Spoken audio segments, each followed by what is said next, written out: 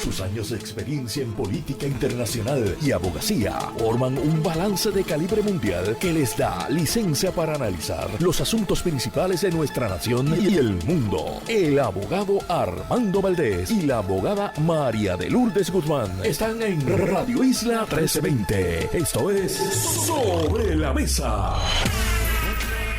Bueno, amigos, muy buenos días. Les habla Marilu Guzmán. Como les dije desde el día de ayer, estoy sustituyendo al compañero Armando Valdés, quien se encuentra fuera del país. Y estaré aquí las 2 horas que dura el programa hasta el día de mañana. En el día de hoy conversamos con el amigo Silverio Pérez, nos acompañará a partir de las 8:24 de la mañana. Y en el panel, como siempre, de todos los martes, tenemos al licenciado José Nadal Power y de vuelta a Federico de Jesús, quien se estrenó hace pocas semanas como papá. En el siguiente segmento que dedicamos a política internacional, conversamos con el profesor de Geografía Política y ex rector del recinto universitario de Río Piedras de la Universidad de Puerto Rico, Carlos Severino Valdés. En el último segmento conversamos con el senador por el movimiento Victoria Ciudadana, Rafael Bernabe. Esto es lo próximo en Sobre la Mesa. Los asuntos del país tienen prioridad, por eso llegamos a poner las cartas sobre la mesa. Bueno, amigos, hoy se publica una columna muy interesante de el querido amigo Rafael Cox Alomar. Yo tuve la oportunidad o el privilegio de conocer a Rafael Cox Alomar en el año 2012, cuando participé en las elecciones de ese año como candidata a comisionada residente por el movimiento Unión Soberanista. Rafael Cox Alomar fue el candidato a comisionado residente por el Partido Popular Democrático. Hice una gran amistad con Rafa, lo aprecio mucho como persona, pero sobre todo lo distingo como jurista, como historiador. Creo que es una de las mentes más privilegiadas con las que he tenido la oportunidad de compartir. Y en aquella ocasión también tuve la oportunidad de compartir y conocer personas igualmente valiosas como lo fue lo es el doctor Félix Córdoba Iturregui, quien entonces era el candidato a esa posición por el Partido del Pueblo Trabajador, y el licenciado Juan Mercado, quien es profesor de la Universidad de Puerto Rico, recinto de Arecibo, quien participó de esa elección como candidato a comisionado residente del Partido Independentista Puertorriqueño. También en aquella ocasión estaba de candidato el hoy gobernador Pedro Pierluisi y el doctor Sadiacet Guillón, quien participó como candidato por el Partido Puertorriqueños por Puerto Rico. Y el amigo Rafael Cox Alomar con cierta frecuencia publica columnas en el Nuevo Día. Yo trato de leerlas siempre porque pues son columnas que nos ayudan a ilustrarnos, y yo creo que los asuntos hay que mirarlos, sobre todo los asuntos importantes de nuestra vida, los asuntos que nos definen como país. Nosotros tenemos que tratar de mirarlos sin apasionamiento y en profundidad. Y a mí me gustan los análisis que hace Cox Alomar sobre muchísimos asuntos, sobre la política del país muy particularmente, y yo tengo que presumir que Cox Alomar ya no forma parte del Partido Popular Democrático, porque ha sido muy crítico de ese partido y me parece que ha dicho las cosas como son. Rafa Cox Alomar hace unas cuantas semanas había analizado el caso que se sometió contra Victoria Ciudadana y el Proyecto Dignidad para descalificar a las candidaturas de Ana Irma Rivera Lacén y todos los candidatos a puestos en el Senado por acumulación y representantes por acumulación y unos candidatos del Distrito 38 del Proyecto Dignidad. Y ayer les conversaba sobre la decisión que había tomado el juez Anthony Cuevas, y les dije con una total sinceridad que a mí esa decisión me sorprendió enormemente. Me sorprendió enormemente porque yo siempre consideré y lo considero un jurista. Yo no soy de las personas que digo que soy jurista porque soy abogada. Yo creo que los juristas son los estudiosos del derecho, ¿verdad? Las personas intelectuales, los que se dedican a estudiar con profundidad el derecho. Y yo puedo, ¿verdad?, entre esos juristas destacar a Rafa Cox Alomar, como al querido amigo Efrén Rivera Ramos y muchos otros que no quiero empezar a mencionar porque estaríamos hasta mañana. Pero siempre consideré y considero al juez Anthony Cuevas un jurista, una persona que obviamente por su condición de juez tiene el deber ministerial de ser jurista, tiene el deber ministerial de ser un estudioso del derecho y aplicarlo a los hechos de un caso, pero siempre buscando que se haga justicia. Ese debe ser el fin último de todos los jueces y por eso es muy importante en estos tiempos cuando la ciudadanía ha empezado a echarle la culpa a los tribunales por decisiones que se toman, pues siempre hay decisiones con las que uno puede estar de acuerdo, pero puede haber decisiones con las que uno esté en desacuerdo. Pero las decisiones, cuando uno las analiza, uno mira que el propósito genuino del tribunal era buscar justicia, buscar que se haga justicia, haciendo un balance de todos los intereses y analizando de forma imparcial, desapasionada, sosegada, los hechos de un caso, aplicándolos al derecho de que se trate. Y desde el principio, cuando Rafa Cox Alomar analizó la querella de los populares, a los que luego se unieron unos incumbentes del PNP como interventores, yo digo que ellos critican a la alianza, pero ellos tienen una alianza conformada para todo aquello que represente tratar de salvaguardar sus intereses en el poder. Para eso ellos están en alianza. Y este caso fue una muestra de eso. Lo comenzaron unos aspirantes del Partido Popular y creo que uno de ellos es incumbente y se le unieron en esa alianza corrupta y politiquera unos incumbentes del PNP. De hecho,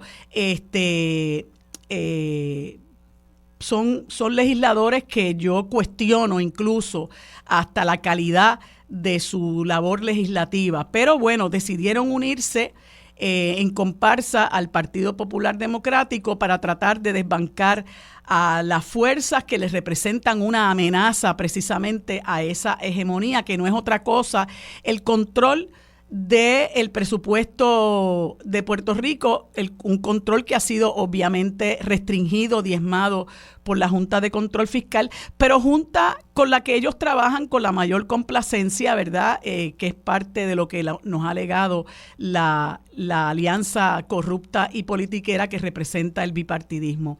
Cox Alomar había dicho desde el principio que este pleito merecía, y así mismo lo expresó, un sonoro no al lugar, por entender que ninguno de los querellantes ni los interventores tenían legitimación activa. Es decir, como lo explicó muy bien ayer el compañero José Lama, pues una persona que cuando va a pedir remedio a un tribunal tiene que demostrar que ha recibido un daño, que no es un daño especulativo, que tiene que ser un daño real y palpable y concreto, como dice la jurisprudencia en nuestro país, porque de lo contrario todo el mundo tendría acceso por cualquier cosa a las puertas del tribunal. Y aquí es curioso y es doloroso a la vez, porque nosotros hemos visto casos donde gente que sí puede demostrar un daño, como son las personas que se vieron afectadas por el propuesto gasoducto del norte que proponía Luis Fortuño, a todos se les denegó legitimación activa en sus reclamos en oposición a la construcción de ese gasoducto. Y así por el estilo. Más aún cabe destacar que el año pasado, en una pieza legislativa que una de las personas que la propuso fue la amiga Mariana Nogales Molinelli, creo que también el compañero Rafael Bernabe fue uno de los proponentes de un proyecto de legitimación activa ambiental para permitirle a cualquier ciudadano que pudiera ir al tribunal a denunciar la violación del mandato de la Constitución que establece que hay que proteger los recursos naturales y mantenerlos para el libre disfrute de la ciudadanía. Y que eso es algo que nos afecta a todos, independientemente de que estén tumbando un mogote en Guaynabo y usted viva en Aguas Buenas, pues eso nos afecta a todos. Tiene una repercusión para toda la ciudadanía del país porque los recursos naturales nos pertenecen a todos y por eso la Constitución los protege. Por eso la Constitución tiene una expresión particular en favor de la defensa y la protección del medio ambiente y nuestros recursos naturales. Pues esa ley de legitimación activa, que era un proyecto muy justo y pertinente y urgente, pues Pedro Pierluisi lo vetó, alegando que el caso, se iban a llenar los tribunales de casos en el país. Y eso, pues, lógicamente, no es tan así, porque los jueces tienen la capacidad de evaluar si un pleito es o no temerario, si un pleito es o no frívolo, y tienen las herramientas para poder determinar que un pleito, que no se le debe dar paso a un pleito. Pues Cox Salomar desde el principio indicó que los querellantes y los interventores no tenían legitimación activa. Y la legitimación activa, como bien decía ayer el compañero Lamas, pues es un asunto de umbral que tiene que evaluar el tribunal porque le da jurisdicción para intervenir en el proceso, le permite determinar si la controversia es o no lo que llamamos justiciable, o sea que es una controversia en la que el tribunal puede entrar a adjudicar. Pues Cox Salomar hoy, a muchos de los que planteábamos eso y a él mismo también, él se reitera en que en este caso no había ninguna, que no había legitimación activa de los peticionarios y dice que la sentencia del juez Cuevas adolece de insalvables errores. Le concede standing a peticionarios que claramente no lo tienen. Pero peor aún, que era otra de las cosas que conversaba yo ayer con el compañero Lamas, y él hizo hasta recurrió a un ejemplo muy ilustrativo de cuando usted toma todos los cursos que le dice la universidad que usted debe tomar para acceder a determinado grado, y cuando usted le van a dar el diploma le dicen, no, mira, te faltó este curso, no te lo podemos dar. Bueno, pues dame el curso, porque tú mismo me dijiste que eran 120 créditos, ahora me dicen que este crédito no es, pues en vez de negarme la graduación, pues permíteme coger el curso para yo graduarme. Pues el juez Anthony Cuevas optó por negarnos la graduación, y simple y sencillamente nos sacó del camino, nos botó de la universidad, por así decirlo, cuando había otros caminos en justicia se podían tomar. Y a eso Cox Salomar lo llama, ordena el más excesivo de los remedios, que es la descalificación, a pesar de que abiertamente admite en sus determinaciones de hecho que ningún funcionario de la Comisión Estatal de Elecciones hizo señalamiento alguno respecto al reglamento de método alterno del movimiento Victoria Ciudadana. Dicho de otra manera, aún reconociendo la buena fe de los candidatos descalificados y el hecho incontrovertible de que fueron inducidos a error por la propia Comisión Estatal de Elecciones, el tribunal insiste en la descalificación.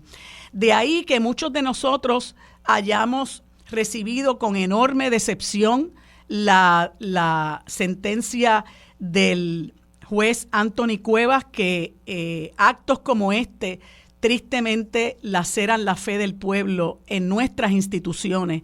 Y de ahí que mucha gente diga, y esto pues yo lo repito con mucha tristeza, que la gente diga que no tienen esperanza en los tribunales porque los tribunales van a resolver políticamente, entre comillas, ¿no?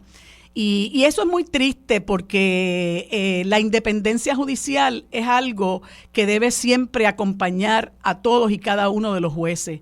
y se crecen los jueces se crecen cuando actúan con total independencia judicial, es decir, libres de todo tipo de presión, atendiendo exclusivamente los hechos que se le presentan y aplicando el derecho siempre con el propósito de impartir justicia.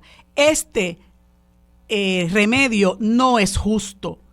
Este remedio es patentemente injusto y antidemocrático, porque si el juez conoce que la Comisión Estatal de Elecciones, como lo menciona el amigo Cox Alomar, que la Comisión Estatal de Elecciones indujo a error a todos estos querellantes, lo menos que podía haber hecho el juez Anthony Cuevas, con la autoridad que tenía para hacerlo, es impartir un remedio en equidad y decir, habida cuenta de que la Comisión Estatal de Elecciones, que a fin de cuentas es la que abre la plataforma para entregar los endosos, para autorizar los endosos, los candidatos no pueden coger un legal pad e irse a Plaza Las Américas a recoger endosos. Eso lo tiene que autorizar la Comisión Estatal de Elecciones, y si usted le cierra la plataforma a los aspirantes, no hay forma de que ellos puedan recoger endosos.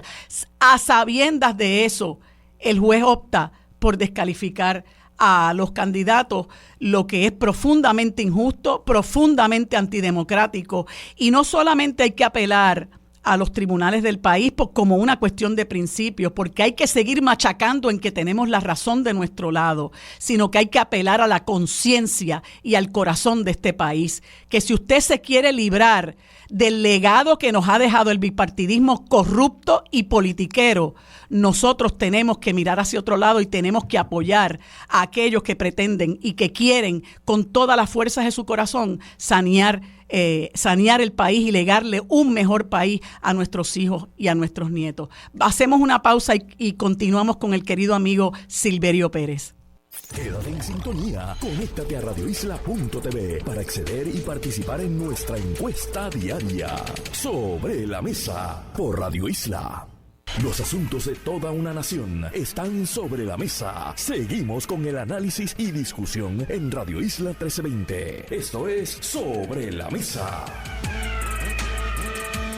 Bueno, amigos, como les dije hace unos instantes, y por razón de que estoy cubriendo a Armando las 2 horas, pues hemos decidido que vamos a tener más invitados durante el programa para que ustedes no tengan que aburrirse mientras yo hablo sola. Y decidí invitar a mi querido amigo Silverio Pérez porque, como siempre, es otra de las personas que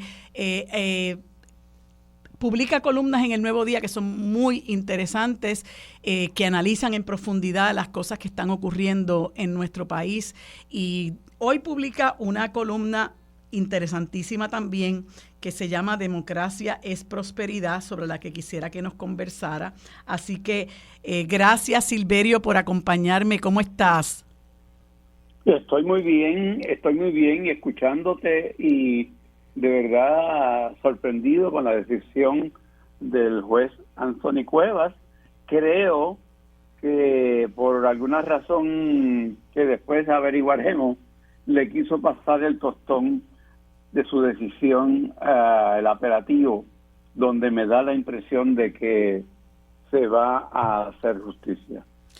Bueno, yo tengo la misma esperanza que tú. A mí me preguntaban en otro espacio, precisamente en el que participo los martes muy temprano, si tenía fe, y en los tribunales yo nunca pierdo la fe. Esa es la realidad, porque mira, si los abogados y abogadas perdiéramos la fe en los tribunales, pues nos quitábamos y nos dedicábamos a otra cosa. Pero porque tenemos fe es por lo que seguimos litigando, machacando, llevando nuestros reclamos, porque siempre hay quien nos escuche. Y es importante, estas discusiones son importantes porque los jueces no viven en una burbuja. Y yo estoy completamente convencida de que por más lacerada que esté la independencia judicial en nuestro país, que es una de las cosas que yo digo que nos ha legado el bipartidismo corrupto, hay jueces que responden a su conciencia y que entienden que su misión es impartir verdadera justicia. Y yo tengo esa fe, así que no la pierdo. Pero bueno, háblanos de esa columna que que publicaste. Yo creo que es muy importante los temas que traes, ¿verdad? Porque muchas veces aquí se distorsionan los conceptos, lo que es democracia, lo que es prosperidad, lo que es progreso, y tú discutes en función de ese PAC que se ha creado para defender la democracia y la prosperidad, pues tú analizas esos dos conceptos. Me da la impresión de que el nombre del Super PAC podría aplicarse a que es un super paquete lo que utilizan como eslogan. Porque mira, hay que desmenuzar la cosa, hay que decirle a la gente lo que es un super PAC, que es un engendro que se crea en Estados Unidos y entonces permite a personas con poder económico intervenir en las elecciones favoreciendo tal o cual idea, tal o cual candidato. Entonces eso se está haciendo aquí. Un grupo de empresarios que les tengo que reconocer y les felicito porque a diferencia de otros empresarios que escogieron la corrupción y el clandestinaje para comprar alcaldes, pues estos salen públicamente y dicen vamos a tratar de influenciar en las elecciones, poniendo dinero detrás de candidatos que nosotros favorezcamos. Pero entonces cogen un eslogan que dice democracia es prosperidad. Y entonces a mí me chocan esas dos palabras porque en el caso de Puerto Rico se ha probado a la saciedad que aquí no hay una democracia. Primero, en las colonias no hay democracia porque dependen de las decisiones que se toman en la metrópoli. Y segundo, con una junta de control fiscal con 7 miembros que no han sido electos, tomando decisiones por encima del gobernador, por encima de la legislatura, decidiendo como a ellos les dé la gana los asuntos económicos del país. ¿Cómo es posible que se llame democracia a lo que estamos viviendo? Y entonces me parece que hay que desmenuzar eso para que la gente no oiga estos conceptos y se los crea. Y lo otro que utiliza el PAC como un eslogan es la prosperidad. Oye, prosperidad en Puerto Rico, que el índice de pobreza está alrededor de un 40% a nivel individual, a 57, Marilú. Es el índice de pobreza cuando se trata de jóvenes menores de 18 años y sobre 60 y pico cuando hablamos de madres solteras. Los otros días, bueno, aquí se han comentado en los últimos años la sorpresa que se llevaron algunos de que la distribución de ingresos en esta sociedad, que lo mide el índice Gini, coloca a Puerto Rico entre los primeros 10 países más desiguales del mundo y el peor en la jurisdicción de los Estados Unidos. Entonces, la pregunta ¿es democracia prosperidad? No hay democracia, pues entonces la ecuación se rompe, no hay prosperidad. Y entonces, si con el billetaje que le van a meter a esa campaña, se pueden torcer algunas mentes y pensar que a base de repetición en los medios de comunicación, tú te vas a creer ese embuste. Pues mira, no. Oye, ¿por qué si crees realmente en la democracia, no enfocas tus cañones en este mismo sistema que le evita a un sector del movimiento Victoria Ciudadana participar? O sea, es democracia el limitar la participación de electores en los procesos democráticos.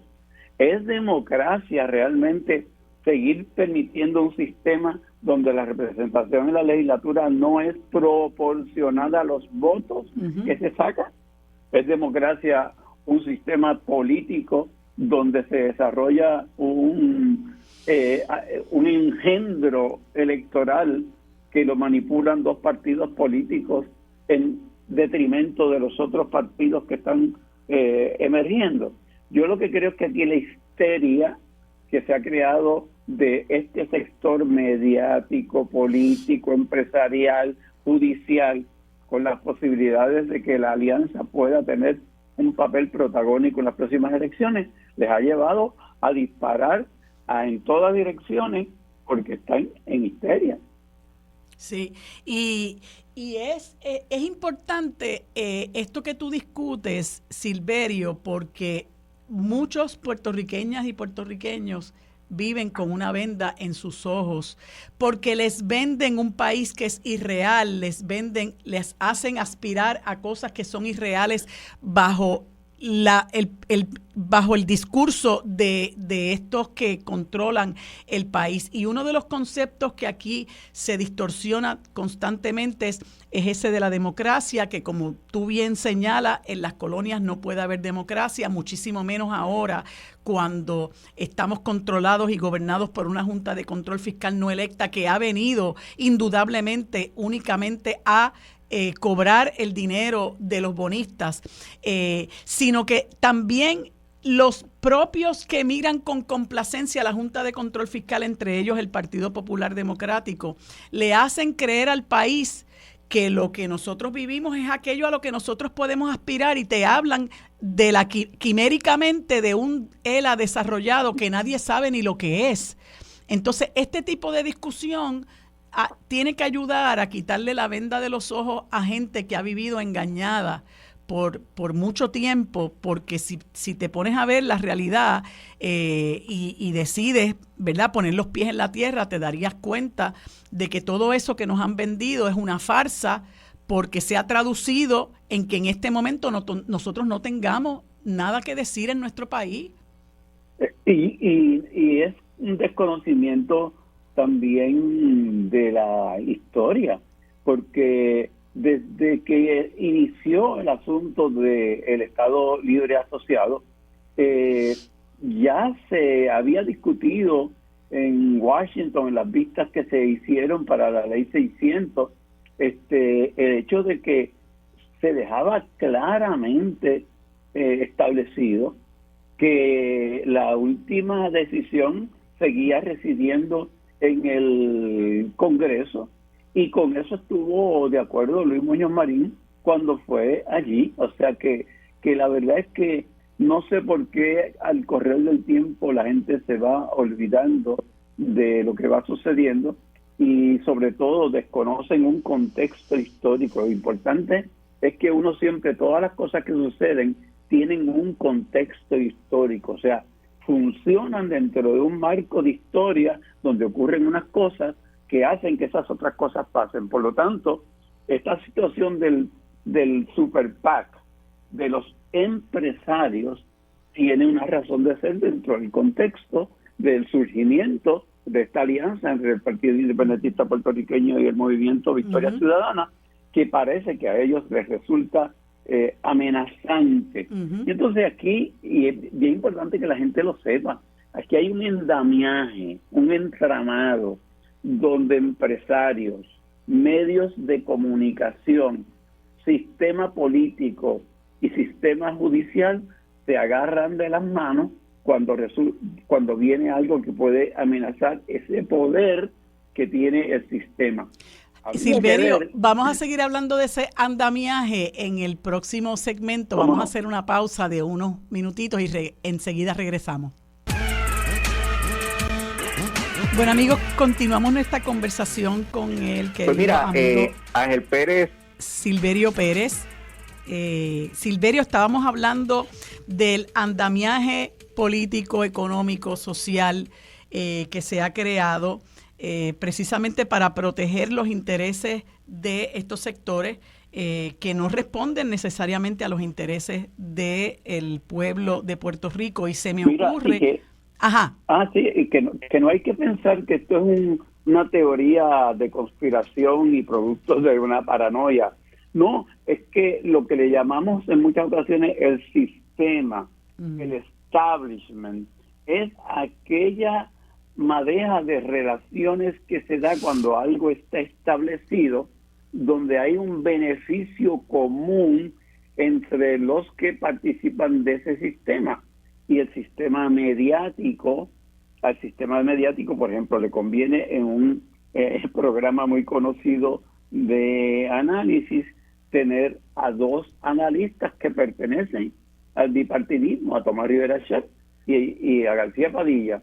O sea, ¿cómo tú le vas a llevar al público, como debieras, una visión amplia de lo que pasa en la política cuando tienes dos que participan de ese sistema y que van a pelear hasta los dientes para que eso no cambie. Entonces, en lo mediático constantemente vemos en distintos programas el enfoque que se les da es pro sistema. Siempre la sensación que tú tienes es que el PIB o Movimiento Victoria Ciudadana son outsiders, no son parte de, y se les trata de esa forma. Lo mismo sucede también en la parte judicial, como estamos discutiendo aquí. No se busca un remedio que incorpore estas visiones distintas, sino que las excluye. Y es bien importante que uno esté consciente de que estamos en medio de un sistema que se autoprotege, como las centrales eléctricas, se autoprotege y le da shutdown a todo aquello que no parece jugar con ese sistema. Mira, una de las cosas que me pareció interesante de tu columna, y yo lo he conversado aquí con Armando, es el falso concepto, la falsa sensación que nosotros tenemos de prosperidad, porque nos creemos que la prosperidad es que haya grandes centros comerciales, que haya rascacielos, que no los hay en Puerto Rico, ¿verdad? Pero cuando vamos a otros lugares y los vemos, nos parece, una de las ejemplos es Panamá, que la gente ve esos grandes rascacielos que son preciosos, pero alrededor de los rascacielos lo que hay son arrabales. Y yo escuché una vez a Pedro Pierluisi, si no lo llegó a haber oído, no lo hubiera creído, Silverio. Le dijo al periodista Rubén Sánchez en cuanto a la obra, que nunca antes este país había tenido más zafacones anaranjados. Ese es el concepto de prosperidad y de progreso que tiene Pedro Pierluisi. Y eso mientras las escuelas están como están, mientras hay una crisis en el sistema de salud, mientras hay una crisis en el mismo sistema de educación, mientras hay una crisis en cuanto a las carreteras, los trabajos, la emigración, nuestra Universidad de Puerto Rico, la corrupción rampante, la criminalidad rampante. Mientras todo eso ocurre, y son cosas que tristemente forman parte del el entorno en el que vivimos, pues él vive pendiente de los zafacones anaranjados que hay. O sea que mientras más varilla y cemento haya en este país, a costa de lo que sea, pues ese es el concepto de progreso y prosperidad que tiene Pedro Pierluisi. ¿No? Y que se refleja en estadísticas irrefutables. En Puerto Rico, y esto es bien importante que lo escuchen, todo el mundo, el 20% más rico, o sea, de cada 100 personas, hay 20 que recibe el 55.3% del ingreso del país. Eso es democracia, eso es prosperidad. Y si metemos más la lupa con respecto a los números, en Puerto Rico hay un 5%, o sea, de 105, que obtuvo prácticamente el 25% de todos los ingresos, mientras que ese 20% más pobre que hay en la isla apenas tiene acceso al 1.7% de todo el ingreso del país. Eso es un retrato en términos estadísticos, y como dice un buen amigo nuestro, los datos son los datos. Así es. Y yo creo que es importante que nosotros empecemos a cambiar esos paradigmas, porque mucha gente en este país de la mejor buena fe vive con una venda en los ojos y en ocasiones fantaseando con un futuro que nunca va a llegar, porque el futuro que se les vendió en el 1968, cuando cambió el gobierno de manos del Partido Popular al Partido Nuevo Progresista, que se le dijo a la gente, esto tiene que cambiar. ¿Cambiar para qué? ¿Cuál realmente ha sido el cambio que nosotros hemos vivido en estos 50 y pico de años? El estado de cosas en el que está nuestro país. Y aquellos que en un momento dado creyeron en esa historia, ¿verdad?, de que esto tiene que cambiar, y a través de los años fueron comprándole las fantasías que vendían estos políticos del bipartidismo, se tienen que haber dado cuenta al sol de hoy que todo eso fue un engaño, y que toda esa narrativa lo que buscaba era que se le permitiera a ellos afianzarse en el poder para ellos lucrarse ellos y lucrar a aquellas personas que financian sus campañas, además de los amigos, parientes y dolientes, como está pasando ahora mismo en el Departamento de Educación. Ajá. Mira, y sería bueno mantenernos observando, porque ellos dijeron que no van a apoyar partidos políticos, van a apoyar candidatos en particular. Realmente, si fueran a apoyar personas que realmente creen en la democracia, me imagino que tienen una gran cantidad de candidatos del PIB y de Victoria Ciudadana que realmente se pasan reclamando democracia y participación. Hay que ver a qué candidatos apoyan, porque ellos dijeron que son aquellos que defiendan el libre mercado, whatever that means. Exacto. Sí, y eso del libre mercado me trae, Silverio, a esta nueva corriente que yo le llamo la corriente sexy, de decir que soy libertario, ¿no? Y la gente, francamente, la mayor parte de los que así hablan no saben ni lo que están diciendo. Que pregunten cómo está la cosa en Argentina. Así es. Con el libertario de Milei, que lo que tiene la casa es ardiendo. Un caos. Hey. Ha creado un caos en Argentina por esa llamada de los libertarios. Que pregunten también la cantidad de gente presa injustamente que hay en El Salvador, con el gran paladín de la nueva ideología latinoamericana de mano dura, que es Bukele. Hay que tener cuidado con los espejismos que se nos vende a través de los medios de comunicación, porque en Argentina en este momento hay mucha gente arrepentida de haber respondido a ese espejismo. Así es, y mucha gente pasándola mal, mucha gente que va a ver sus empleos en precario, mucha gente que va a tener que enfrentar despidos, mucha gente que en este momento está pasando hambre, todo en nombre, Silverio, que es otro concepto que se ha manoseado y distorsionado en nombre de la libertad. Nos venden la libertad, pero nosotros seguimos enjaulados, ¿verdad? Y cuando aquellos que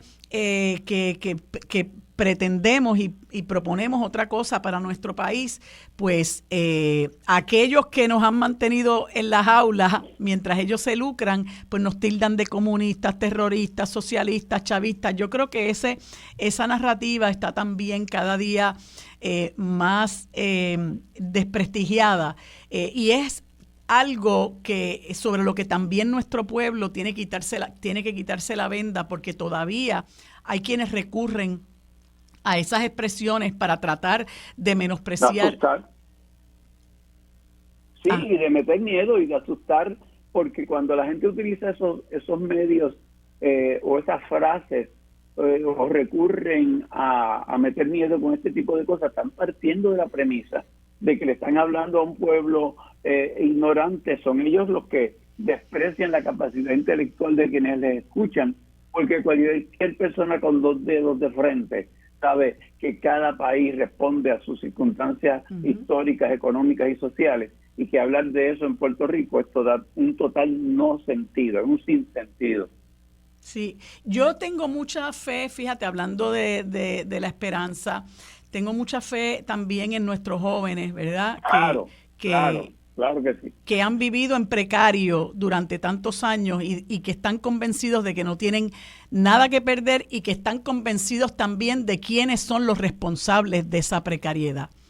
Así y que a esos jóvenes tú no le puedes meter miedos de la Guerra Fría, recalentar esos miedos de la Guerra Fría, porque no vivieron eso. Viven en un mundo cibernético donde tienen acceso a toda la información del mundo entero, y ese tipo de miedo solamente tiene efecto en los que ya van a votar por el partidismo. Así que claro. No nos preocupemos por eso. Gracias, Silverio, por haberme acompañado en estos dos segmentos. Sigue escribiendo esas columnas tan interesantes y espero que podamos conversar muy pronto. Que tengas buen día.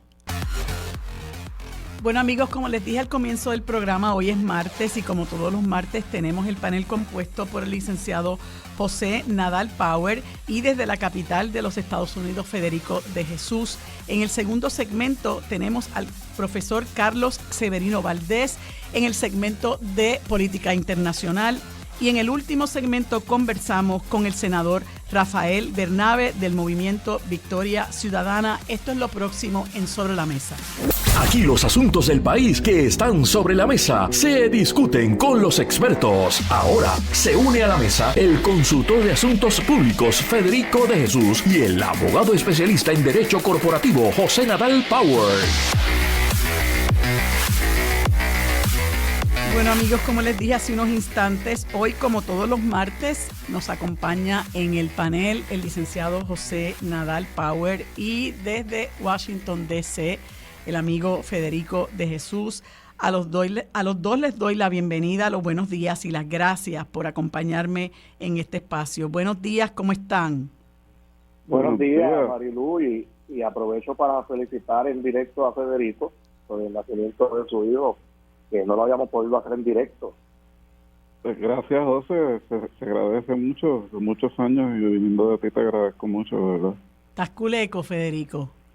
Estoy que no tengo palabras, de verdad. Qué no bueno, me alegro mucho, eso es una alegría Gracias. inmensa.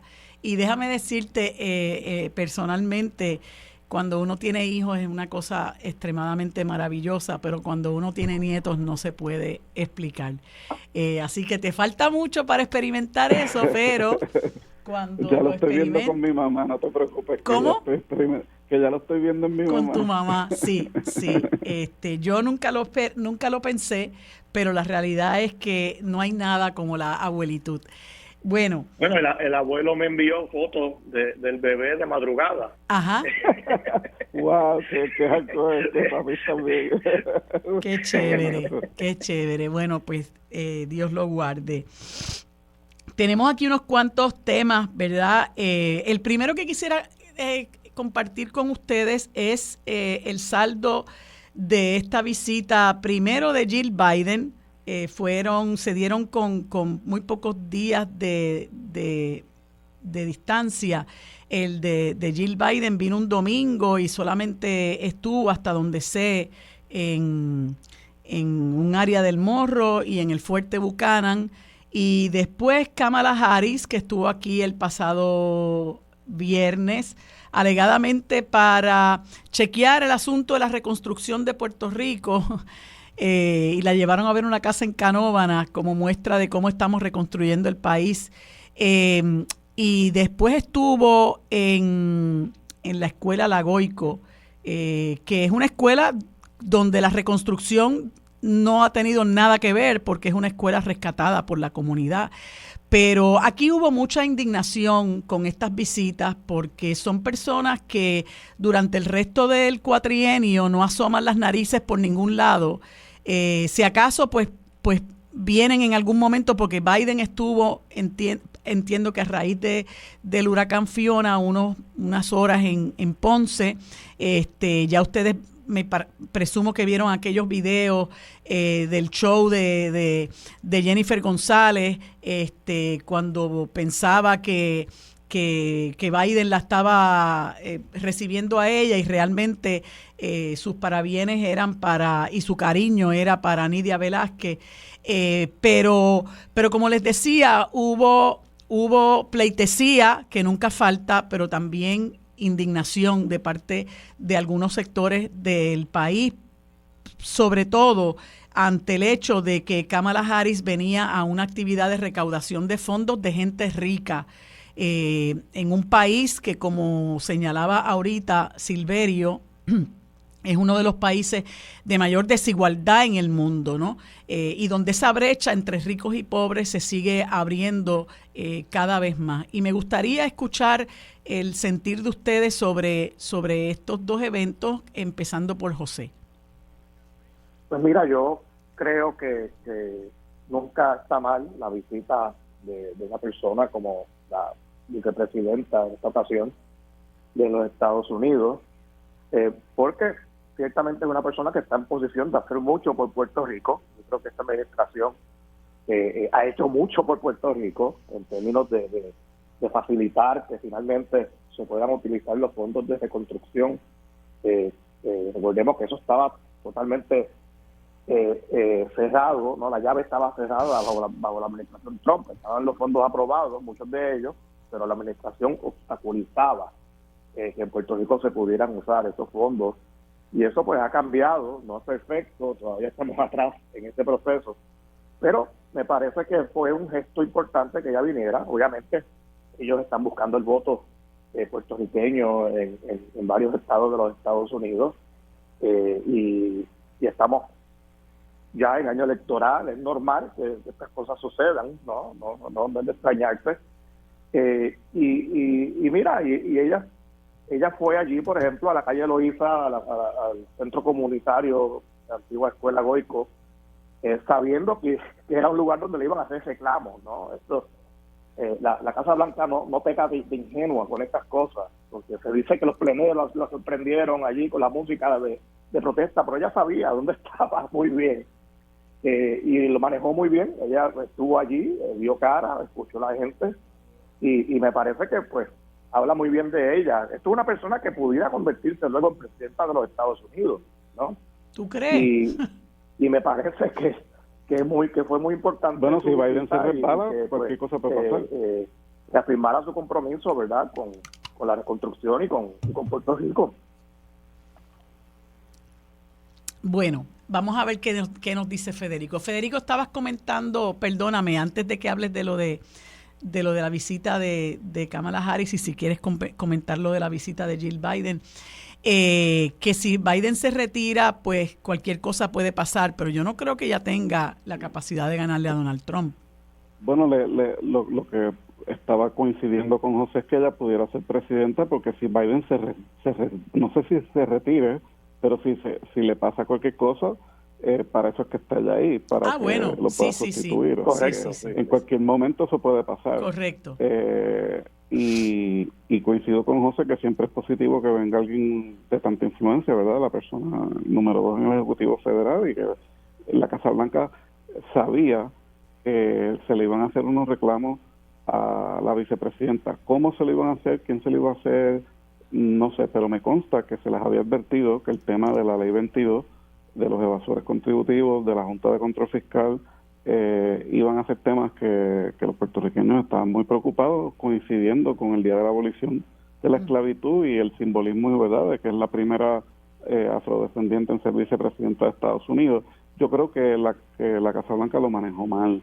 Ellos sabían que algo así iba a pasar, y ella, ¿sabe? Esto ha salido en Rusia, en el Hindu Times, en Inglaterra, en todos lados, aplaudiendo cuando la están protestando, y cuando la directora del centro le dice de lo que se trata, entonces deja de aplaudir, y en vez de ir y hablar con ellos y decirle, como hacía Bill Clinton, que decía, I feel your pain, y cuéntame, ¿qué te pasa? ¿Qué te adolece?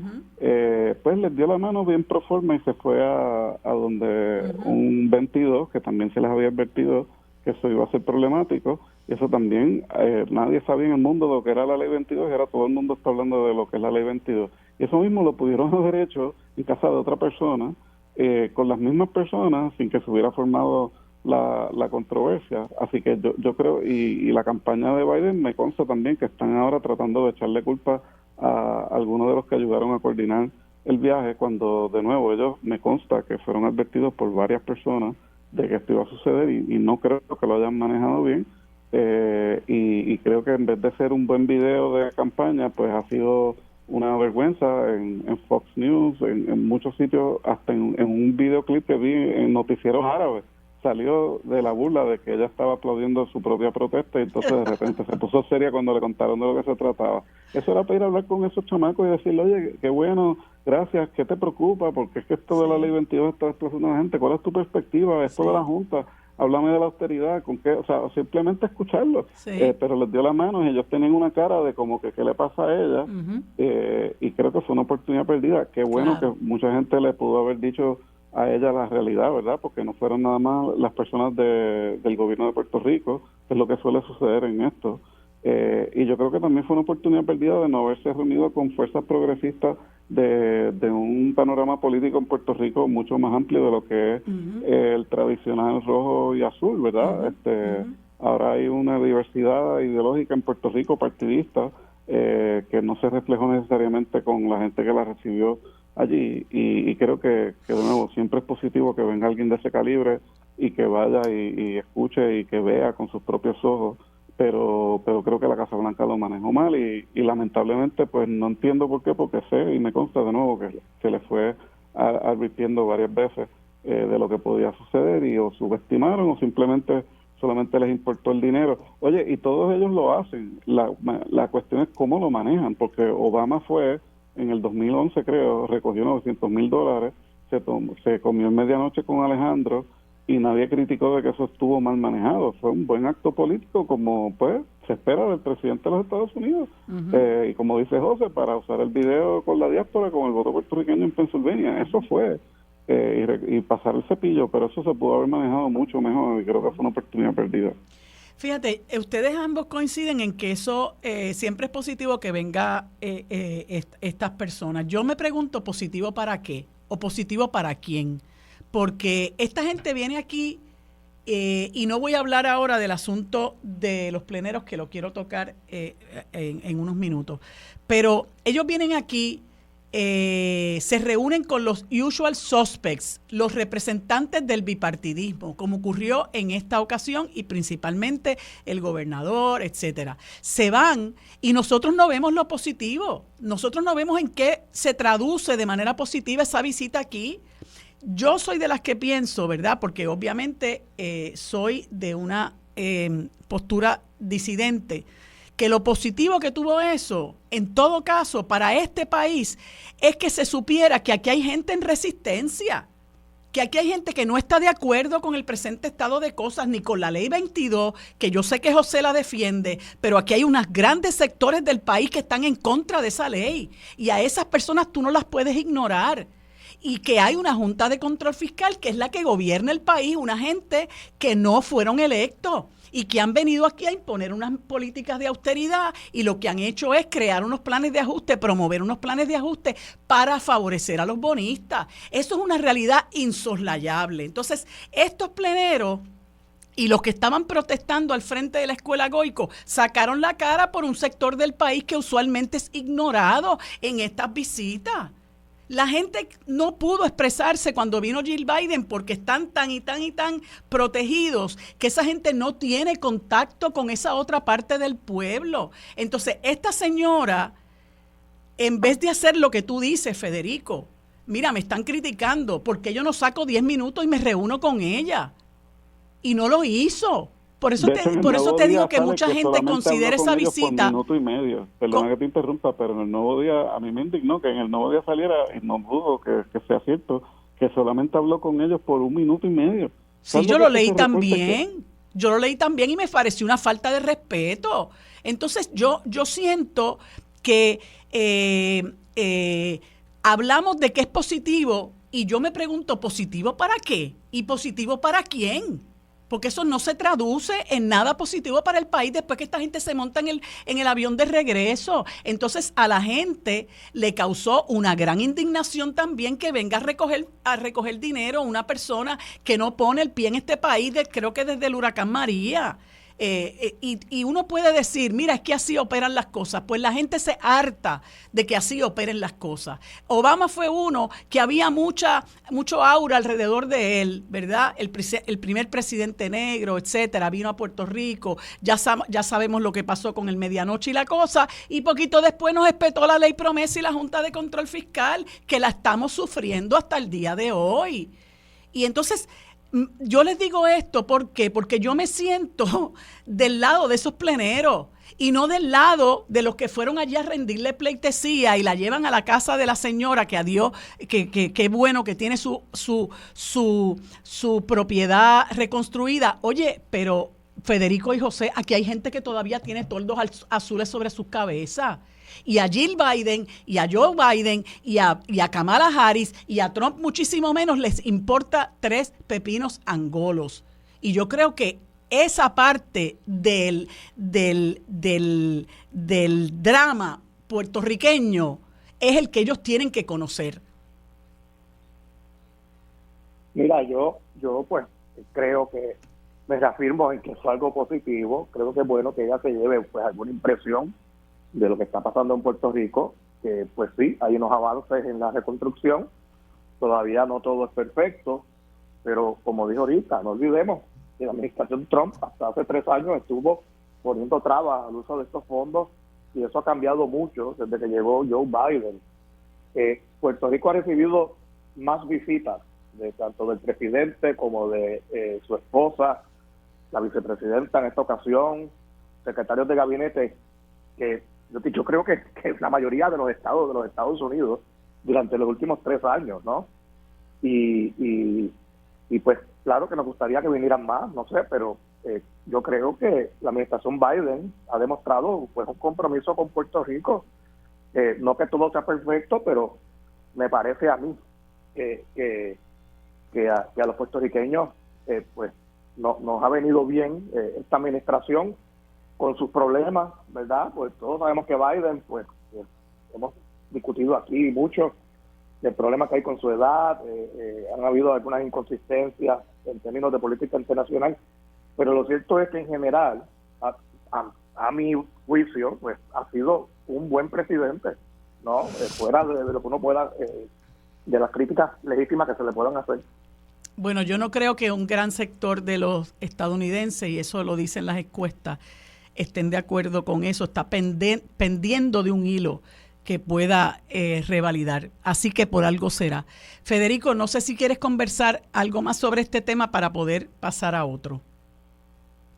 No, mira, yo creo que hay 2 contrastes que se expresan en 2 columnas. Una de Eduardo Batia, que hace un resumen de todas las cosas positivas que ha hecho Biden por Puerto Rico, y todas y cada una son ciertas, pero también hay otra de Susana Ramírez de Arellano en Bloomberg, hablando del simbolismo de nuevo, del Día de la Abolición, del colonialismo, de la Junta, de la Ley 22, y las dos coexisten, y creo que los simbolismos importan, y parte de la razón que fue positivo, yo creo, más de lo que yo jamás me hubiera imaginado, es que ahora el mundo sabe de lo que es la Ley 22 y que Puerto Rico es una colonia y que hay una Junta de Control Fiscal, y pues los logros de energía renovable y la reconstrucción lo sabíamos, pero también oye otra cosa que no puedo entender, cómo es que ella dice que la administración de Biden ha invertido $140 mil millones si nada más se han gastado 8% de esos dineros, y muchos de ellos fueron asignados bajo Trump, aunque fueron aguantados, como dice José. O sea, aquí hay un montón de errores que de verdad no me explico,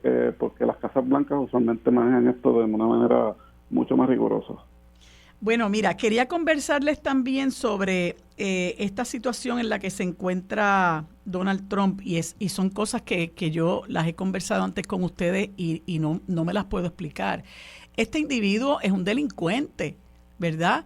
Y tiene, tú me corriges, Federico y José, entiendo que tiene 4 casos criminales pendientes en diferentes estados de los Estados Unidos.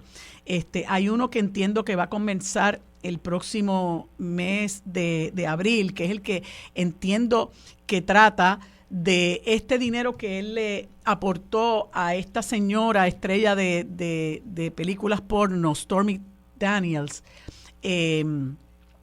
Pero tiene otros más que tienen que ver con el asunto de haber de los documentos que se llevó de la Casa Blanca, su intervención con las elecciones de Georgia, el problema de su intervención y con el motín del 6 de enero del 2021, creo que fue. Sí. Y entonces ahora, con el asunto que se procesó por él estar aumentando el valor de sus activos para poder obtener préstamos, etcétera, pues hay una decisión del tribunal donde entiendo que él tiene que pagar 400, y me corrige Federico si tengo los datos incorrectos, 450 millones de dólares, pero para evitar que los tenga que pagar de golpe y porrazo le han impuesto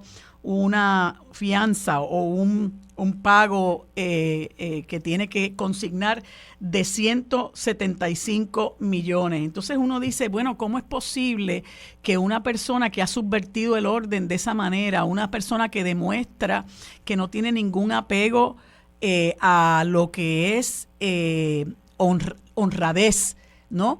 De ninguna forma, porque este individuo es un tramposo por todos los lados que tú lo mires, pues en este momento apunta a que será el presidente de los Estados Unidos. ¿Cómo lo ves, Federico?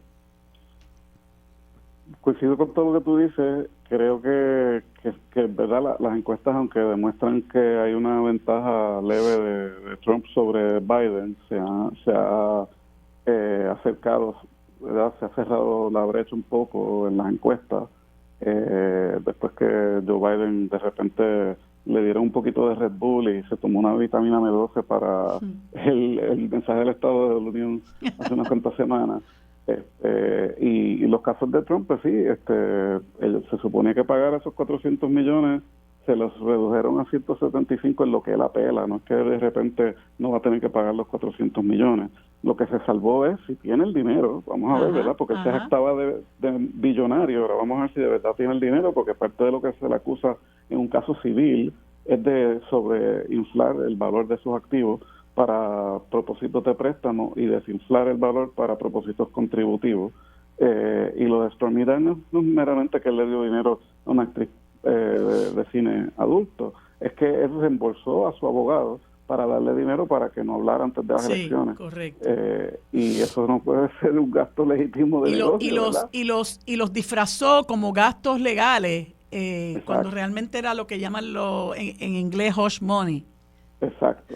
Pero el Departamento de Justicia yo creo que se tardó mucho en radicarle los cargos sobre el 6 de enero y los abogados de Trump, aunque incompetentes y él no les pague lo que sea, han sido hábiles en retrasar todos estos juicios. El de Nueva York de Stormy Daniels empieza el 15 de abril, pero el Tribunal Supremo de mayoría conservadora ha decidido mirar un caso en vez de rechazarlo de plano para decidir si él tiene inmunidad sobre cargos criminales como expresidente, cosa que no está en ninguna ley, en ninguna decisión judicial, en la Constitución, en ningún lado. Pero eso tiene el efecto de retrasar los otros juicios, incluyendo los documentos declasificados, y quizás el pueblo estadounidense se vea privado de tener una decisión judicial sobre si Donald Trump en realidad cometió esos crímenes o no antes de las elecciones. José. Mira, la estrategia de Trump ha sido victimizarse, ¿no? Con todos estos casos en su contra. Le ha funcionado para propósitos de prevalecer, ¿no? Dentro del Partido Republicano como el candidato pues ya oficial, ¿no? De ese partido para las elecciones. De hecho, él casi no tiene comparecencias de campaña, no tiene nada en calendario de actividad de lo que llaman los rallies, ¿no? Que hacen los candidatos en los Estados Unidos, porque su calendario de campaña son los juicios estos, él usa eso para ganar para los medios, ¿no?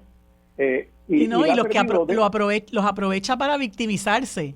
Claro, y para coger cobertura, pero es cuestionable si esto le funciona con el votante en general, con las personas más ya en la periferia, no con el republicano de línea dura, ¿no? Que se cree todos sus embustes y que están el día entero enchufados a Fox News. Puede que esto a la larga sea beneficioso para Biden porque puede establecer, ya la está tratando de hacer, una narrativa de que a Trump lo único que le preocupa es su propio bienestar, no el bienestar de la gente. Ese es el contraste que ellos están tratando ahora en la campaña de establecer, y creo que puede calar con la mayoría de los votantes en los Estados Unidos. O sea, Trump apela a un sector. Recordemos que la vez pasada, en el 2020, él perdió el voto popular, en el 2016, pero logró prevalecer por el sistema de voto electoral. O sea que en realidad me parece a mí que todavía hay oportunidad para Biden de forjar una mayoría, ¿no? En su favor, con muchos peligros. El camino está minado y hemos hablado, ¿verdad?, ya anteriormente de la deseabilidad de que en realidad fuese otro candidato, pero Biden está ahí y hay que arar con los bueyes que hay. Así es. Bueno, pues vamos a ver qué va a estar pasando. Gracias a ambos por haber estado conmigo en este segmento. Cuídense y que tengan buen día. Para discutir los temas sobre la mesa que impactan a todos los sectores del país, se une a la mesa el destacado geógrafo y especialista en asuntos internacionales, el doctor Carlos Severino. Bueno, amigos, en este segundo segmento nos acompaña, como todos los martes, el doctor Carlos Severino Valdés, profesor de Geografía Política y exrector del recinto de Río Piedras de la Universidad de Puerto Rico. Buenos días, Carlos, ¿cómo estás? Muy buenos días, Marilú. Encantado de estar aquí nuevamente. Estamos muy bien y muchos saludos a ti y a todas las redes de audiencia. Pues como siempre, muchas gracias por acompañarnos. Tenemos aquí unos cuantos temas y yo creo que el obligado es el acto terrorista que dejó más de 130 personas muertas en un concierto en Moscú. A mí me dejó sorprendida sobre todo el hecho de que reclamara autoría el Estado Islámico, pues para que tú me trates de concatenar una cosa con la otra, ¿no? Sí, mira, eso es muy importante. Primero hay que, ¿verdad?, hacer un breve trasfondo para que la gente pueda entender. Cerca de 8% de la población de Rusia son musulmanes y a veces se desconoce eso, ¿no? Se piensa que la población rusa es puramente caucásica, pero dentro de Rusia existen repúblicas autónomas y grandes poblaciones de confesión islámica, y los problemas con el islamismo extremo en Rusia tienen más de 25 años y han habido en el pasado otros grandes atentados. Este ni siquiera es el más grande que ha habido. O sea que en Rusia existe ese problema y no es nuevo, ¿verdad? No es algo nuevo.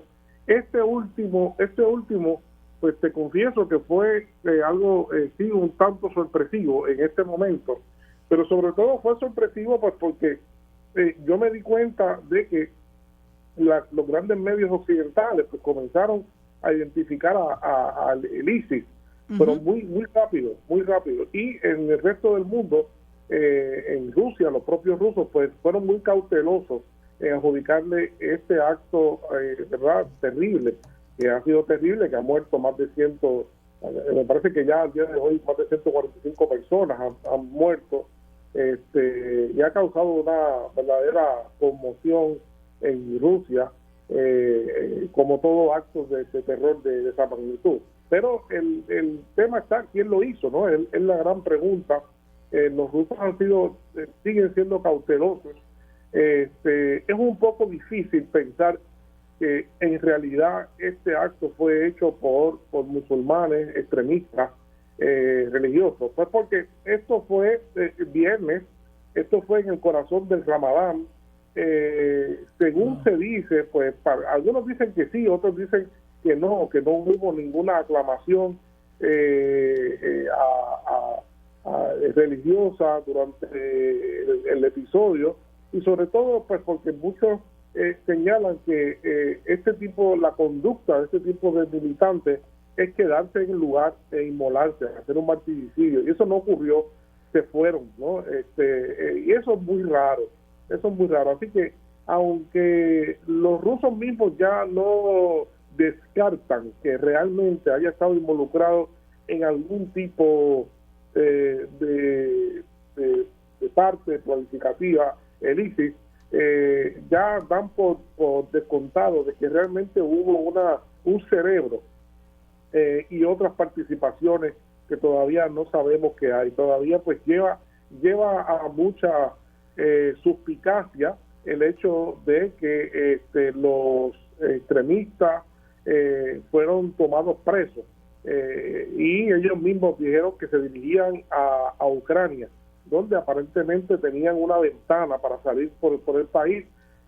Por supuesto, es algo también muy extraño, pues porque tú imaginarás, y todo el mundo imaginará, que la frontera entre Ucrania y Rusia debe estar extremadamente vigilada, ¿verdad? Así que cometer un acto de esa magnitud y tratar de salir por Ucrania, pues también arroja muchas interrogantes. Es decir, esto es un acto que no podemos, ¿verdad?, fácilmente decir todavía que haya sido directamente el ISIS. Además, porque sabemos, las personas que hemos estudiado esto, sabemos que el ISIS en el pasado se ha responsabilizado por actos que no ha cometido también. Sí. O sea, todos esos detalles están sobre la mesa cuando uno analiza esta situación tan compleja. Qué triste. Pero sorpresivo a la vez, ¿verdad? Y es una cosa que uno pues le conduele enormemente que continúen estos actos violentos por todo el planeta.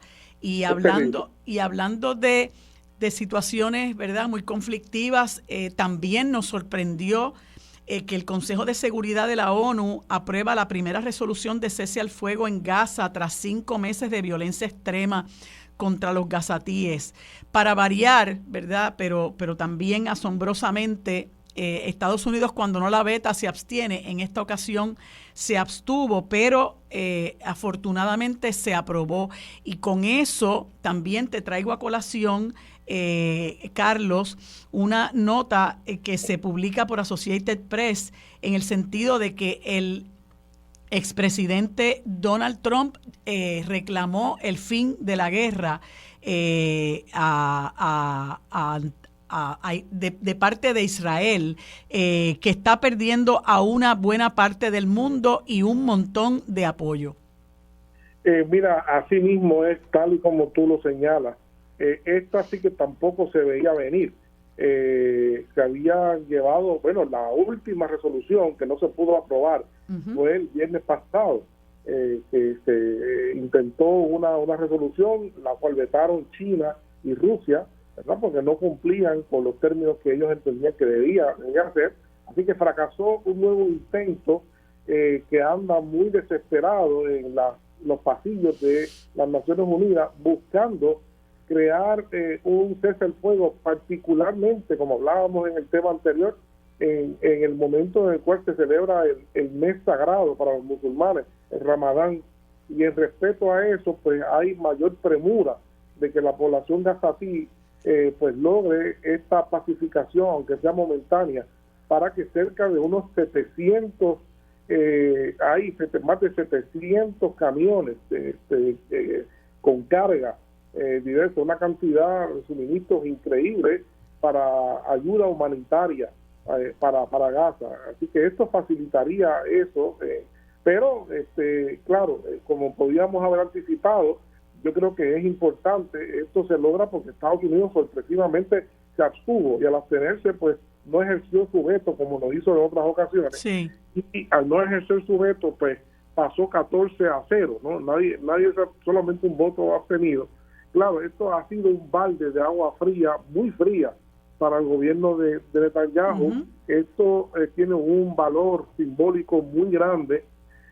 Las decisiones del Consejo de Seguridad, contrario a la Asamblea General, son vinculantes, es decir, pueden ser tomadas como para hacer decisiones de presión. Eso te iba a preguntar, ¿qué efecto tiene esto? El efecto, no creo que vayan a pasar a ese nivel.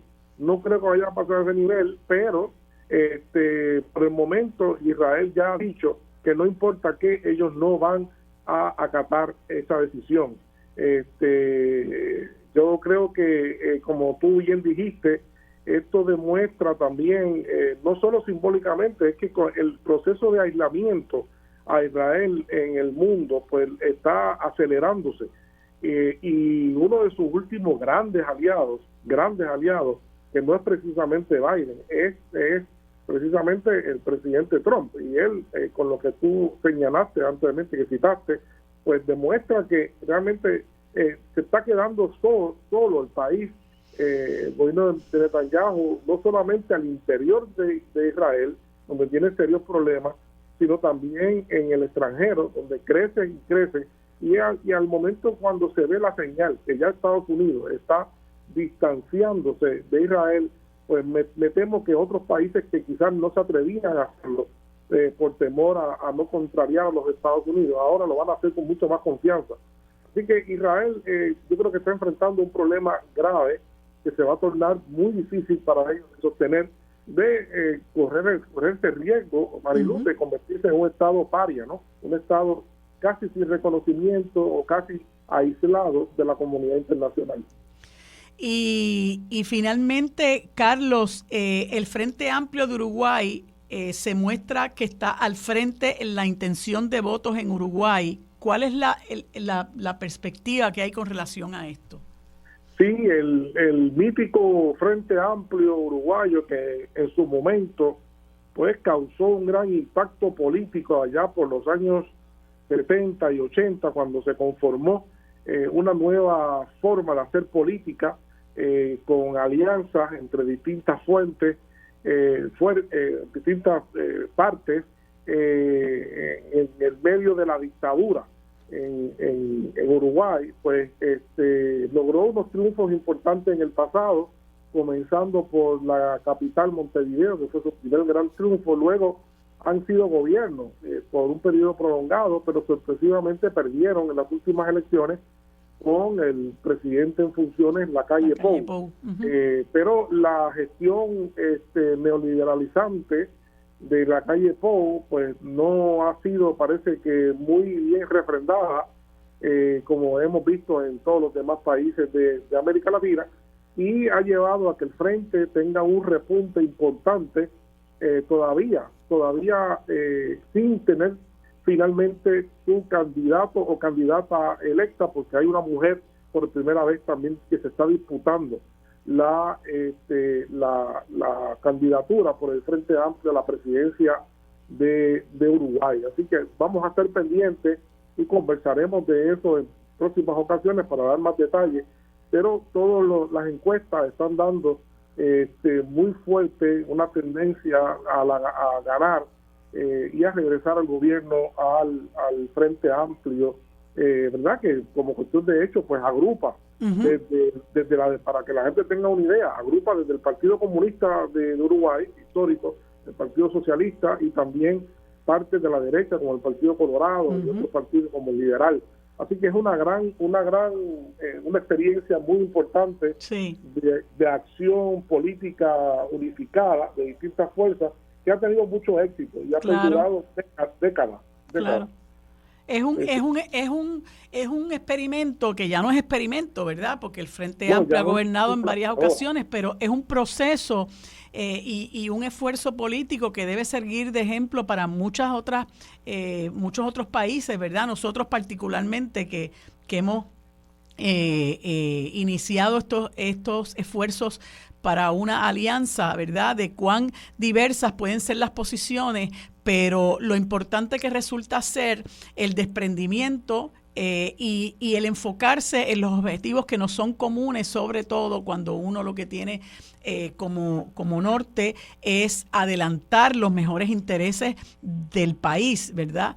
¿Y cuándo son las elecciones en Uruguay? Las elecciones me parece que son en octubre. Ok. Octubre próximo. Sí. Así que todavía falta un tramo porque no se han todavía escogido los candidatos, están en primarias y en selecciones, ¿verdad? El proceso de seleccionar sus candidatos. Hay muchos candidatos en distintos partidos. Ha estado muy nutrida, pero sobre todo destaca, Marilu, que hay muchas mujeres y parece que la probabilidad de que una mujer ocupe sino la candidatura desde varios partidos es bastante grande. Qué interesante. Eso es favorable en un año muy electoralista en todo el mundo, pero particularmente en América Latina, y en donde veremos más de muchísimos casos como este, donde las mujeres parecen ser convertirse en el orden del día en la candidatura. Igual que en México, que hay dos de las organizaciones principales, ¿verdad?, que aspiran a la presidencia, así que veremos qué va a estar pasando, lo miraremos con mucho interés, porque esa es también la segunda casa de nuestra querida amiga Marcia Rivera. Gracias, Carlos, por haberme acompañado en este espacio, por esta discusión tan interesante. Seguimos conversando la semana próxima. Que tengas buen día. Bueno, amigos, en este último segmento hemos invitado al senador Rafael Bernabe del Movimiento Victoria Ciudadana, a quien les damos los buenos días y las gracias por acompañarnos en este espacio. Buenos días, Rafi, ¿cómo estás? Buenos días, buenos días. Feliz de estar de nuevo aquí contigo. Sí, gracias. Sí, te hemos extrañado, pero ya sabes que nos han vetado a los candidatos para cumplir con el código electoral. Y quería aprovechar la coyuntura que se ha dado recientemente con la decisión del juez Anthony Cuevas de descalificar a 5 candidatos del Movimiento Victoria Ciudadana, 2 del partido, entiendo que 2 del Partido Dignidad, Proyecto Dignidad, y se han dado una serie, ¿verdad?, de movidas luego de que esto ha ocurrido, pero tú, siendo uno de los descalificados, quisiera conocer tu parecer sobre todo este asunto, bueno, que ha afectado seriamente al Movimiento Victoria Ciudadana. Bueno, la posición mía no se diferencia de la del resto del movimiento. Nosotros desde un inicio hemos señalado que la ley electoral, el código electoral, la ley que rige el proceso electoral es muy clara, establece 2 mecanismos nuevos. Todos los códigos electorales anteriores también incluían esto, en ese sentido no es distinto. Establece cuando un partido tiene más de una persona que aspira a ser candidato para un puesto, por ejemplo, como en el Partido Neoprogresista, que en la actualidad hay 2 personas que quieren ser candidatos a gobernador, el incumbente Pedro Pierluisi y la comisionada Jennifer González. Los 2 quieren ser candidatos del PNP a la gobernación, hay 2 aspirantes, pues entonces el partido tiene que determinar cuál va a ser el candidato. Y para eso la ley provee 2 mecanismos. Uno es la primaria, que todo el mundo conoce, cómo el partido puede realizar una primaria. Ese mecanismo de la primaria, que todo el mundo conoce, implica el uso de fondos públicos. Es como una pequeña elección, como todo el mundo sabe, ¿verdad? Una elección como las elecciones generales, implica la utilización de fondos públicos y por lo tanto, como implica usar fondos públicos, solamente se debe hacer cuando hay razón suficiente para hacerlo. ¿Y cómo se determina si hay razón suficiente para hacer ese gasto? Se le pide a los candidatos que busquen endosos, porque si una persona quiere ser candidato, pero no tiene ningún apoyo, no tiene ninguna posibilidad de ganar, pues entonces no hay por qué hacer una primaria. Así que uno pide una cantidad de endosos para demostrar que estas 2 personas tienen suficiente apoyo en el país para hacer unas primarias, hacer el gasto que implica hacer las primarias, que es un gasto considerable. Así que tenemos las primarias que implican recoger endosos para uno ser aspirante. Pero un partido tiene otra alternativa, y la otra alternativa se llama el método alterno, que es precisamente alterno porque es una alternativa a las primarias, es otra cosa.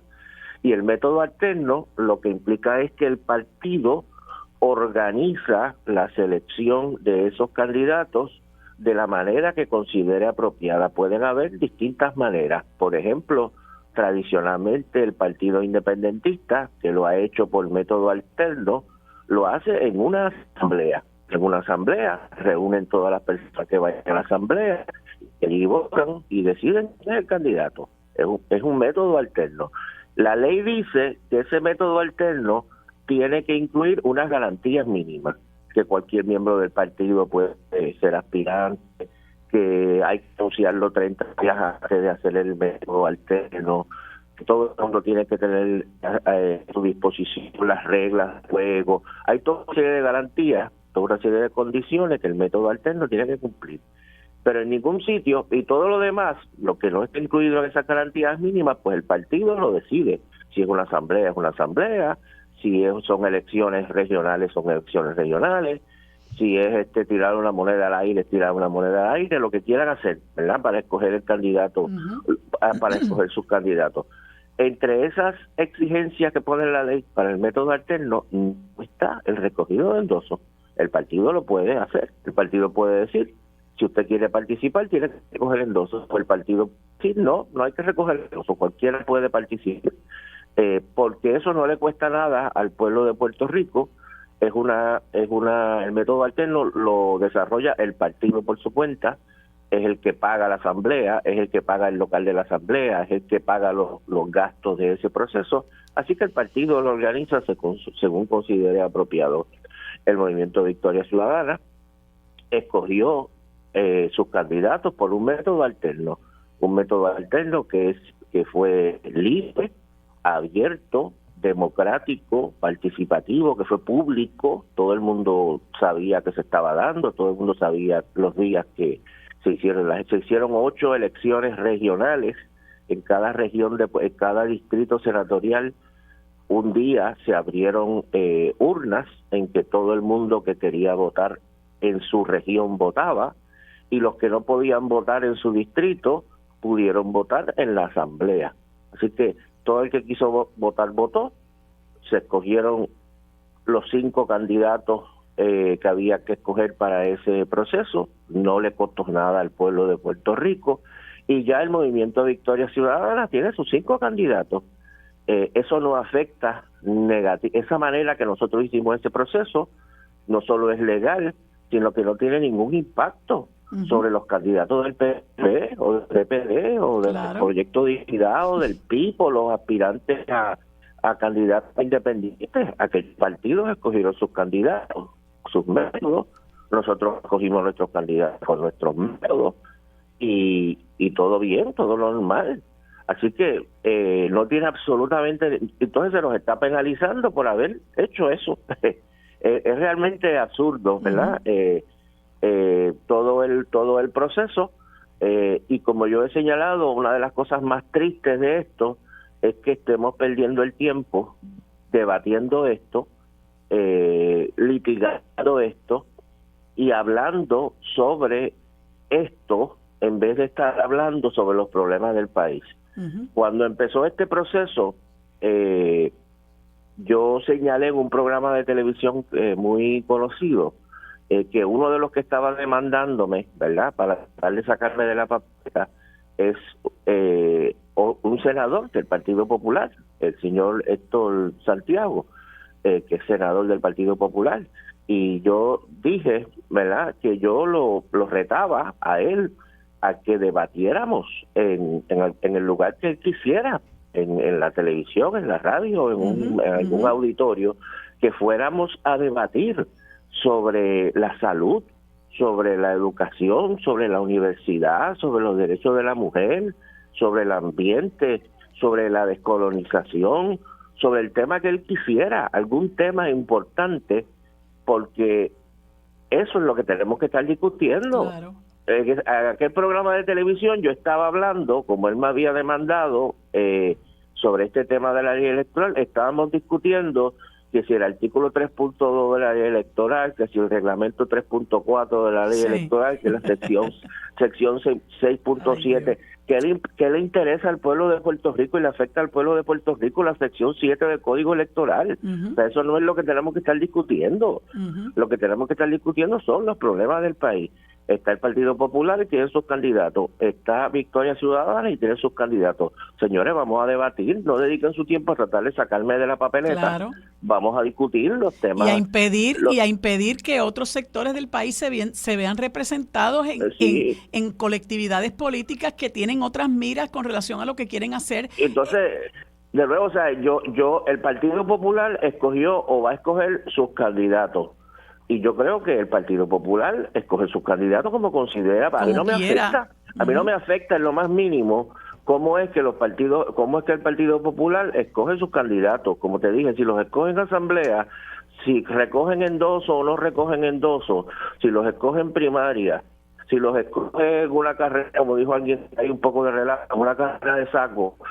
Lo cogen como quieran. El Partido Popular escoge sus candidatos como ellos quieran. Eso no me afecta. Una vez el Partido Popular haya escogido sus candidatos por el método que ellos hayan escogido, pues entonces yo debatiré con los candidatos del Partido Popular sobre los problemas del país, pero yo no me voy a meter en cómo el Partido Popular escoge sus candidatos. Eso ya que el Partido Popular lo decida, siempre y cuando respete la ley, Así que es lo que nosotros... Y no deberían tener miedo de enfrentarse a otras personas, que es lo que aparentemente está ocurriendo aquí.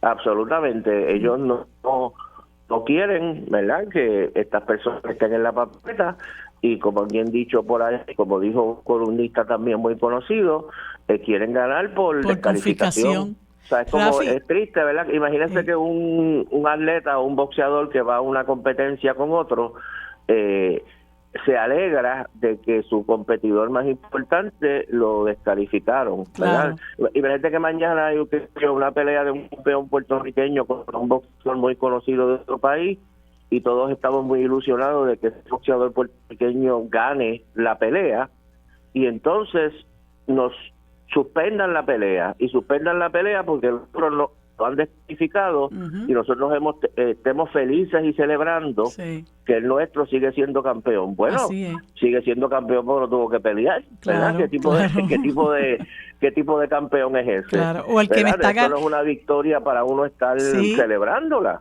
O el que me está ganando en una carrera y entonces yo le meto el pie para que se vaya de boca y gane yo. Eso es de esto es que se trata. Sí, exactamente. Rafi, se me acaba el tiempo. Muchas gracias por haber estado conmigo en este espacio. Vamos a ver qué va a seguir ocurriendo. Hay que pelear en diferentes frentes, pero pelear. Gracias nuevamente, amigos. Hasta aquí el programa Sobre la Mesa. Gracias por habernos sintonizado. Nos vemos en el día de mañana. Lo próximo es Mili Méndez en Dígame la Verdad.